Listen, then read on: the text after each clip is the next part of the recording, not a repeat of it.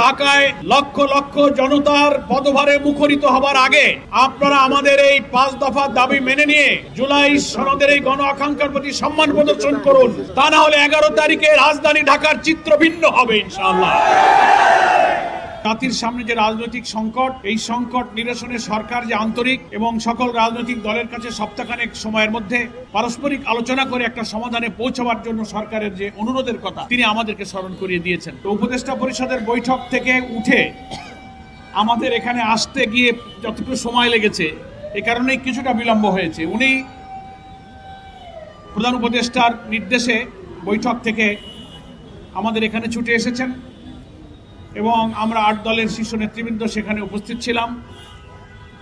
উনি জানালেন যে প্রধান উপদেষ্টা আপনাদের সকলকে সালাম জানিয়েছেন এবং আমাকে উনার পক্ষ থেকে এই স্মারকলিপি গ্রহণ করার জন্য পাঠানো হয়েছে। তো আমরা 8 দলের শীর্ষ নেতৃবৃন্দ উনাকে আমরা স্বাগতম জানিয়েছি, ধন্যবাদ জানিয়েছি যে আপনি যে আজকে এই লক্ষ লক্ষ 8 দলের নেতা কর্মীদের গণ আকাঙ্ক্ষার প্রতি সম্মান রেখে প্রধান উপদেষ্টা প্রতিনিধি হিসেবে আপনি এসেছেন, আপনাকে আমরা ধন্যবাদ জানাচ্ছি। তারপরে আমরা খোলামেলা বসে সেখানে আলোচনা করেছি। ওনার কাছে আনুষ্ঠানিকভাবে আমরা 8 দলের নেতৃবৃন্দ স্মারকলিপি লিখিতভাবে হস্তান্তর করেছি এবং সেখানে গণমাধ্যমের লোকেরাও ছিল। আমরা ওখানেও আবার উপদেষ্টা মহোদয়ের সামনে স্মারকলিপির পুরা বক্তব্য এবং 8 দলের শীর্ষ নেতৃবৃন্দের নাম স্বাক্ষরিত সেটা আমরা ওনার সামনে উল্লেখ করেছি।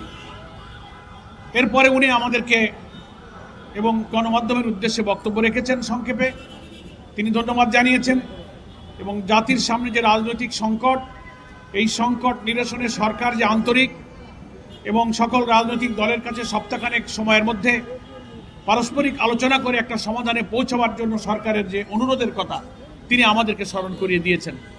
আমরা বলেছি যে আমরাও সরকারকে এই উদ্যোগের এবং এই সংকট নিরসনের সকল ধরনের সহযোগিতা করতে প্রস্তুত আছি। 11 তারিখে এই রাজনৈতিক এই 8টি শীর্ষ দলের উদ্যোগে রাজধানী ঢাকায় একটি মহা সমাবেশের যে আহ্বান জানানো হয়েছে সে খবর আপনারা ইতিমধ্যেই পেয়েছেন।